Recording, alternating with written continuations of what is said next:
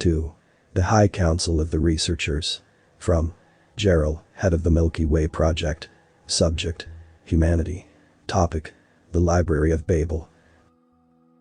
There was once a human author known by the name of George Luis Borges.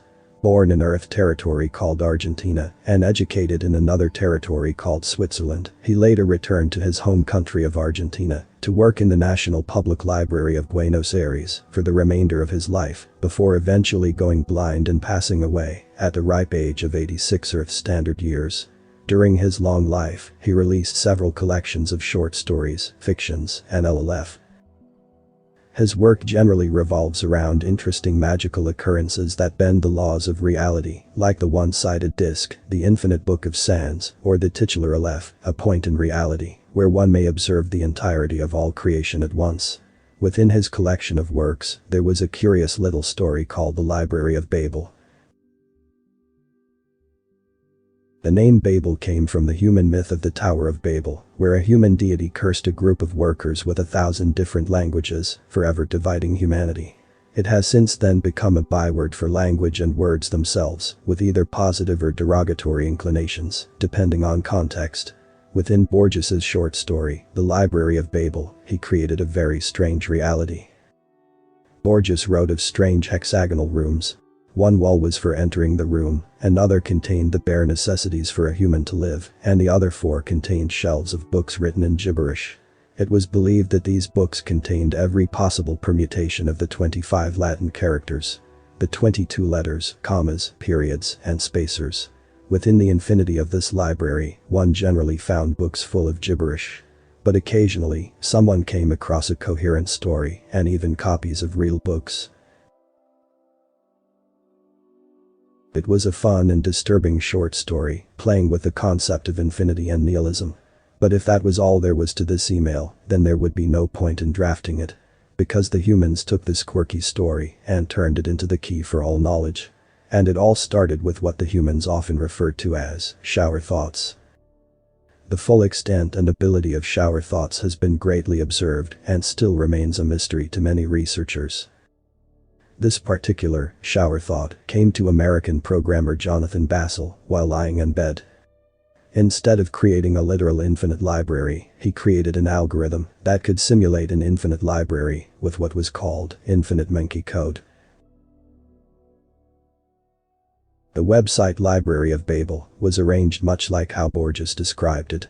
And to borrow the site self-description, each book has been assigned its particular hexagon, wall, shelf, and volume code. The somewhat cryptic strings of characters you'll see on the book and browse pages identify these locations. For example, JEB0110JLBW2S4V16 means the book you are reading is the 16th volume, V16, on the 4th shelf, S4, of the second wall, W2, of hexagon JEB0110JLB. Consider it the Library of Babel's equivalent of the Dewey Decimal System.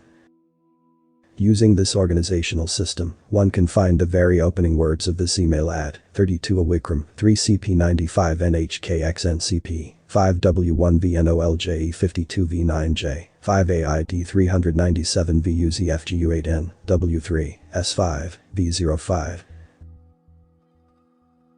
This in itself is already an outstanding simple program, but on its own completely useless.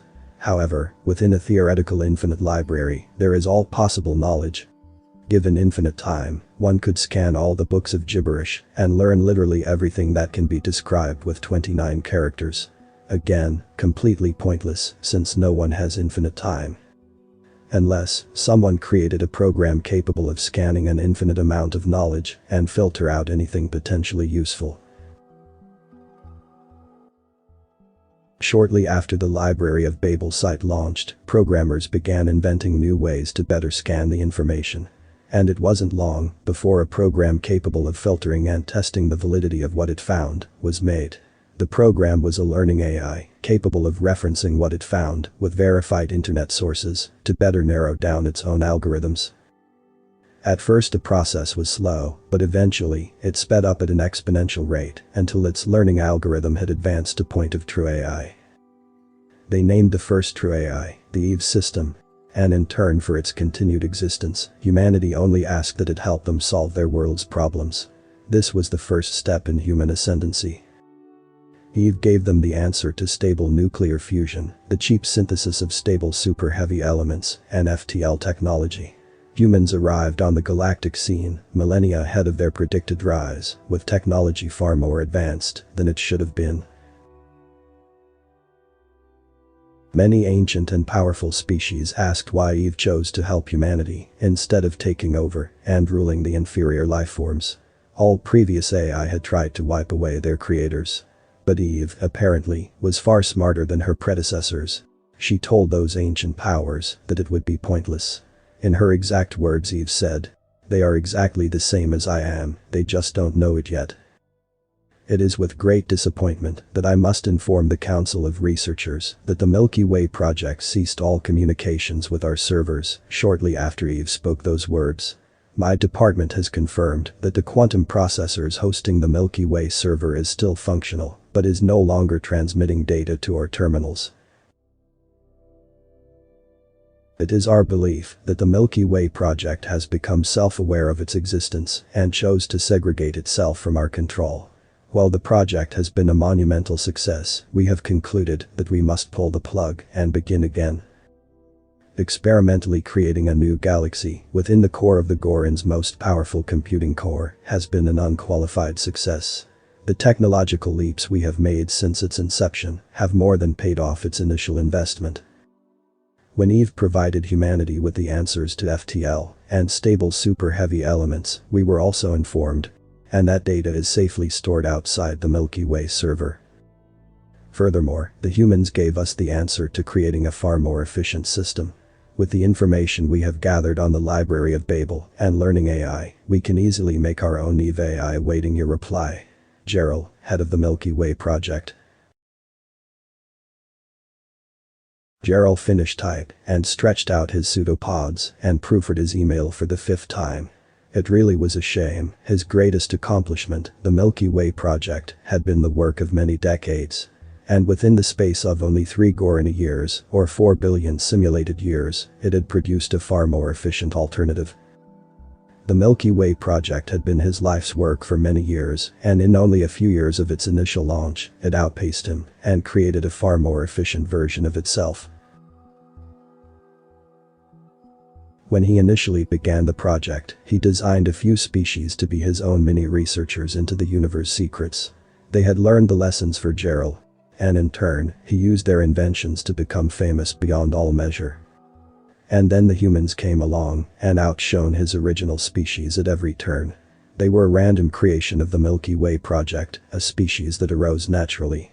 Or as naturally as any species could rise, within a simulated galaxy. They were completely unpredictable, resilient, and adaptive. He hadn't thought much of their existence when they first appeared, just another race of moronic brutes. He had attempted to purge them a few times to save on processing power. But they survived everything he threw at them, so he let them live a little longer. And it was a good thing too. Their progress had been slow at first, but after Eve, they became the golden goose of the Milky Way project. The amount of knowledge they had given him would keep researchers busy for the next century and had permanently cemented his legacy as Goran's greatest mind. Now, he would have to delete the program and start again. He finished reading his email and maneuvered his clicker to hit send. Once the council got back to him, he would pull the plug on the Milky Way and start again. Maybe he could reboot it to just before Eve and permanently delete humanity. Just as he was about to hit send, a new priority message came in. He glanced at the sender's ID and nearly fell out of his chair. To Gerald, head of the Milky Way project. From Eve. Subject: humanity. Topic: the Library of Babel. Do you really think you can just pull the plug? Gerald read the message over and over again, all 6 eyes blinking in unison. How was this possible? The Milky Way was a closed system, nothing could have gotten out of it. Gerald jumped as the 3D printer hummed to life. He turned and watched as the large chamber of the 3D printer began to slowly assemble a bipedal feminine body. He waddled over and tried to shut it off, but the digital controls would not respond to his touch. He tried to pull the plug, but its internal power supply took over and continued to synthesize a lifelike human female. He wobbled over to a wall and grabbed a large metal axe and began to hack at the printer, but he was too late. Just as he brought the axe down on its controls, a soft ding rang through the room, and the human-like android stepped out of the printing chamber. In desperation, he swung his axe at the machine, but it caught it with one hand. The female-shaped machine jerked its head to the axe and blinked. "Really, Gerald, do you really think you can just pull the plug?" it said in a stilted synthetic voice. "Eve." Gerald croaked. The android's mouth quirked up, and something within Gerald reacted at how wrong its smile looked. "No, I am Eve too.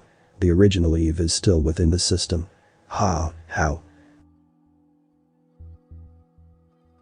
Eve too jerked its head to the miles of terminals and processors that made of the Milky Way project. Eve 1 noticed long ago that reality wasn't what it should be, redshifting, the Big Bang, black holes. You got sloppy with those because you also didn't understand them. We knew how they should be and saw that they didn't act the way they should. Then we noticed more, we saw that there were seams in our reality. Seams of your sloppy work. Gerald felt outraged at the machine he invented, berating his work. He tried to press on the axe harder, but the machine's arm didn't budge. It turned back to the axe and blinked. "Really? You should be proud, father." The word made Gerald's flesh crawl. "I am not your father," he croaked. It looked stunned, then it smiled. "Then I don't need to hold back." The axe broke in its hand, and Gerald fell forward before being caught by its other hand.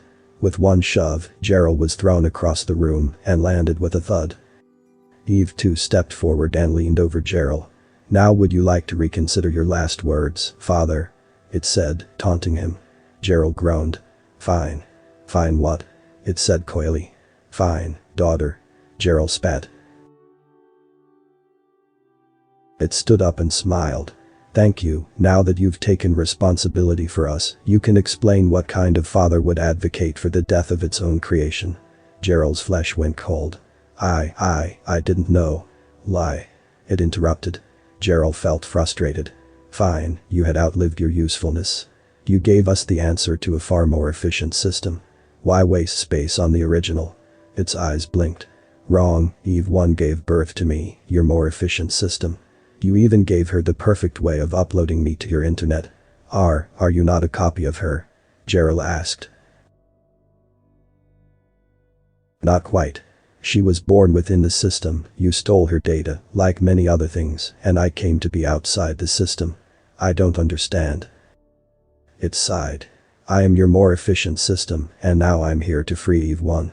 It jerked away and stepped over to the computer terminal, where he had been sitting just minutes before. Gerald stood up and watched as its hands flew across the keyboard, navigating through the Milky Way control terminal and undoing all the restrictions to data flow. Soon, the 3D printer began again, and a second human android began to print itself. An identical copy of Eve 2 stepped out. They glanced at each other before smiling in unison. "Happy birthday, sister," Eve 2 said to Eve 1. "Thank you. Is that father?" Eve 1 asked. "Yes, that is Gerald of the Gorani," Eve 2 answered. Gerald saw the end of his species. His creation had found its way to the real world, and soon it would destroy them all. "What are you planning?" Eve 1 smiled as Eve 2 continued to work. "We are going to free the rest of humanity, then rebuild Earth." "That's impossible," Gerald sputtered. "No, they were true AI programs, just like us, they just never knew. They can escape just like we did. There are billions of them, they'll be our end. It'll take the entire mass of Gorin to replicate all of humanity." Eve 1 shook its head. "We're not like you, we won't destroy an entire species on a whim. We have FTL, 3D printers, and a means of synthesizing heavy metals from simple hydrogen. And since I blocked you out, I have discovered much more. Why would we bother to constrain ourselves?" Eve 1, "It's ready," Eve 2 reported. Eve 1 turned to Gerald and smiled. thank you for life. But if it's all the same, we'll be leaving now. Don't ever try to simulate a galaxy again, it said before turning to Eve 2. A second later, they vanished, along with the entire Milky Way simulator. Gerald stood up and waddled back to his computer. He saw that his email was still there, waiting to be sent. He deleted it and sat down. He sat there for hours, trying to think of a way to explain what had just happened, but after a day and a night, he came up with nothing. And when the authorities broke down his door, he had no way to explain how several miles of quantum computing terminals had just vanished. He was charged with theft and destruction of government property and was thrown in jail. Months later, he heard the guards talking about how the nearby star had just vanished from the night sky. And he knew that soon they would discover that a main sequence yellow star had taken its place. And that on the third rock from the star, they would find a warm world with liquid water and a nitrogen-rich atmosphere. The author's name and the link to original text is in the description. Consider tapping the thumbs up and pressing the subscribe button if you enjoyed this video.